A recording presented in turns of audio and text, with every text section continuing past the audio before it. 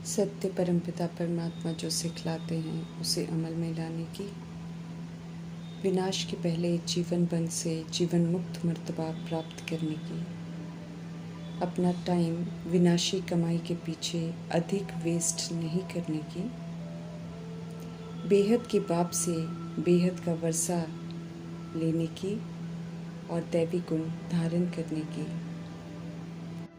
परमपिता परमात्मा की हम आत्माओं के लिए आज के मुरली से शिक्षण।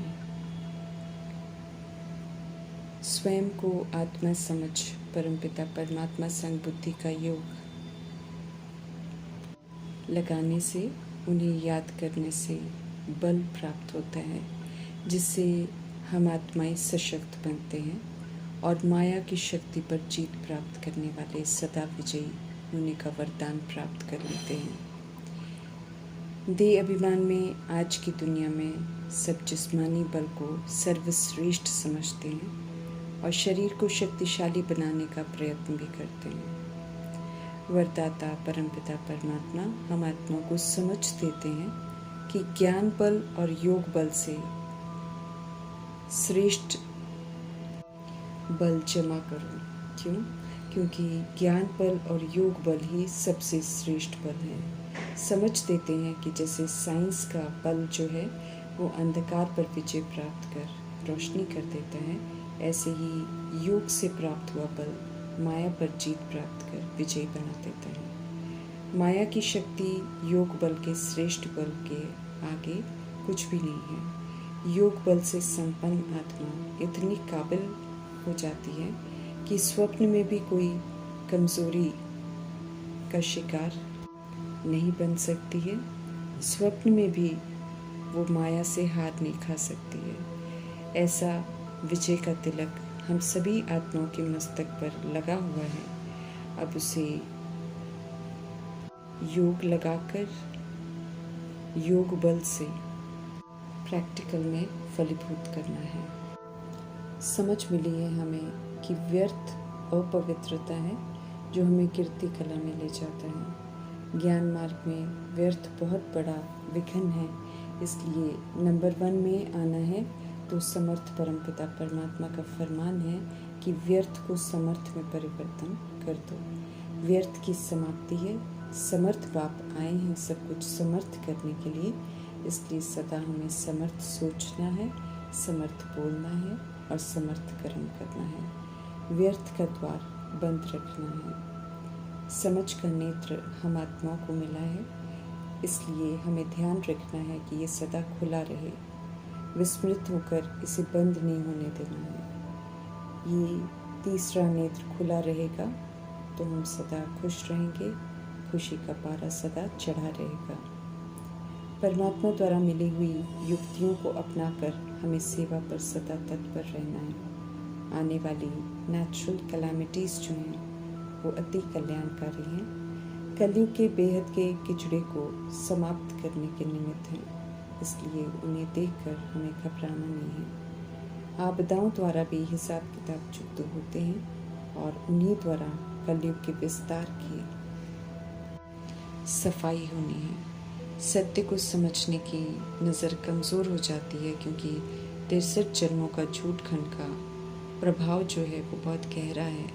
इसलिए सूक्ष्म ज्ञान को बड़े बड़े चित्रों के द्वारा समझाने की समझ दे रहे हैं मीठे परमात्मा। जीवन बंध से जीवन मुक्ति की तरफ हमको आना है। सत्य शिव बाबा की याद में रहने से ही हम सब इस दुखधाम के वायुमंडल में खुश रह सकते हैं। जितना हम प्रभु की याद में रहेंगे उतना ज्ञान का तीसरा नेत्र हमारा खुलता जाएगा और हर बात गहराइयों से समझता जाएगा। होने वाले विनाश के पहले जीवन मुक्ति गॉड फादर की बर्थ राइट को लेने का हक सभी आत्माओं को है। जीवन में रहते सर्व बंधनों से मुक्त जीवन का 2500 वर्षों का वर्षा बेहद के बाप से मिलता है। ये हमें पक्का याद रखना चाहिए, तभी एक्यूरेट पुरुषार्थ में हम सब तत्पर रहेंगे और तभी माया भुलवाने में कामयाब नहीं होगी। समझ देते हैं मीठे परमात्मा की जब हम सब इसे पक्का नहीं करते हैं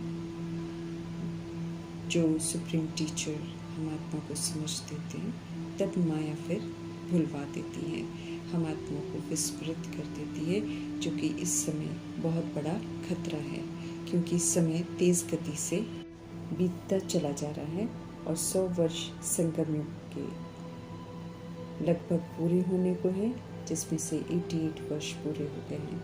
तो थोड़े में भी थोड़ा समय रह गया है। इस बचे हुए समय में ही संपूर्ण सृष्टि परिवर्तन हो जाना है। तो पुरुषार्थ का समय, परिवर्तन का समय बहुत थोड़ा रह गया है। इस तरफ विशेष ध्यान खिंचवा रहे हैं मीठे परमात्मा। अभी से हमको जगना है, पीछे जाकर जगेंगे तो कुछ कर नहीं पाएंगे। आत्माएं इस समय तमो प्रधान हो गई हैं, बहुत उल्टे कर्म करती हैं, इसलिए ये दुनिया बहुत छीछी हो गई है। इसकी समाप्ति से तमो प्रधानता की समाप्ति हो जाएगी। सत्य बताकर समझदार बनाया है, तो अब समझ से हमको चलना है, अलबेला बिल्कुल नहीं बनना है। पुरानी दुनिया कभी भी गई की गई, कल पहले भी ऐसा हुआ था, इसलिए शेर आ गया की कहानी यादगार में बनाई है। विनाश के पहले समय दिया जाता है वर्षा लेने के लिए, सुधरने के लिए, परंतु कई आत्माएं स्वयं को सुधारने की जगह इंतज़ार करती हैं कि कब विनाश होगा, और जब देखते हैं नहीं हुआ तो सत्य मार्ग पर चलते नहीं हैं, अलबेले हो जाते हैं। फिर जैसे एक दिन सचमुच शेर आ गया, ऐसे ही एक दिन विनाश हो जाएगा।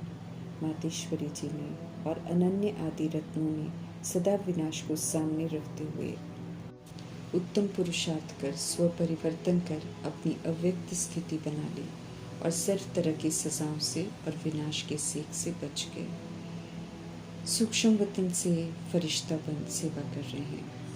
नॉलेजफुल गॉड फादर से जो नॉलेज मिल रही है, हमें उसे बुद्धि में रखना है और धारण कर आचरण में लाना है, और राजधानी की स्थापना गॉड फादरली बर्थ राइट का हक जो है प्राप्त करना है। जीवन बंध से जीवन मुक्त में आकर औरों को भी जीवन मुक्त में लाने की सेवा करनी है। हर आत्मा परमात्म सुख अनुभव करे, ये शुभ भावना, शुभ कामना रखनी है। ज्ञान और भक्ति, पूज्य और पुजारी, सतो प्रधान और तमो प्रधान की इस खेल में अब सतो प्रधान बनने का समय चल रहा है, तो श्रीमत पर पूरा ध्यान देना है। समझ से अंधे बन जाते हैं सब, तब रहम दिल परमपिता परमात्मा ड्रामा में प्रवेश कर हम आत्माओं को यथार्थ समझ देते हैं। परमपिता परमात्मा संग योग लगाकर आत्मा पतित से पावन बनेगी, इसलिए हम आत्माओं के कल्याणार्थ मीठे परमात्मा कहते हैं कि मुझे याद करो। सुख घने रे देने वाले मीठे परमात्मा, हम आत्माओं के अविनाशी पिता को याद करना है, पावन बनना है, दैवी गुण हमें धारण करने हैं और स्वर्ग का मालिक बनना है। जितनी धारणा करेंगे उतना ऊंच मर्तबा पाएंगे। मन एक सत्य परमपिता परमात्मा में लगाना है, उन्हीं को सर्व संबंधी बनाकर उन्हीं से सर्व संबंधों का सुख लेना है, अनुभव करना है।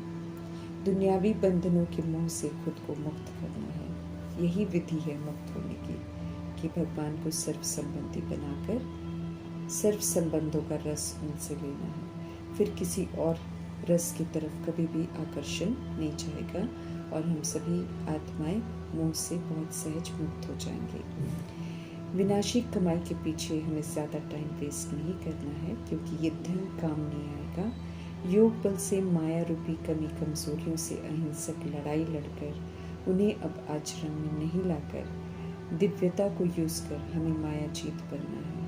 हमें सिर्फ बाप की याद में रहने का अटेंशन रखना है, बाकी सब कुछ स्वतः ही राइटियस होता जाएगा। ईश्वरीय पढ़ाई पढ़ते हुए हमें योग बल जमा करना है। 2500 वर्ष नई राजधानी में आत्माएं योग बल से ही सब कुछ करती हैं।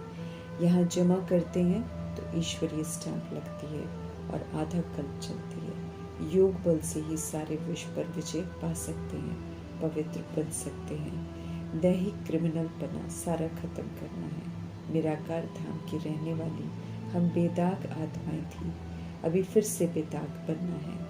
अंतमति सुगति अच्छी हो उसके लिए एक बाप को सदा याद करना है।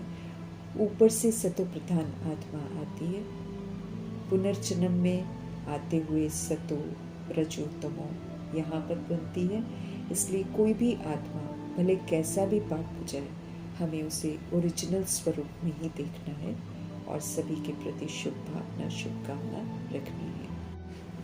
सभी को सतुगुणी और सतयुगी व्यवहार का सहयोग देना है। ऊंचे से ऊंचे परमपिता परमात्मा हम आत्माओं को पढ़ाते हैं। इस खुशी में हम आत्माओं को रहना चाहिए और याद में भी रहना चाहिए। फिर भी जब हम सब याद नहीं करते हैं तो प्रभु इलहना देते हैं।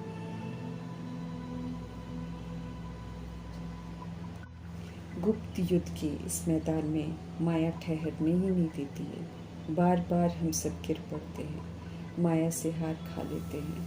मीठे परमात्मा कहते हैं, बच्चे याद से ही माया जीत बनेगी, याद से ही पावन बनेंगे, याद से ही आधा कल्प के पाप भस्म होंगे, याद से ही हम सजाओं से मुक्त हो सकेंगे, याद से ही विनाश के सेक से बचेंगे और कोई भी उपाय नहीं है। तो हमें गंभीरता से उनकी समझाने को अमल में ज़रूर लाना है।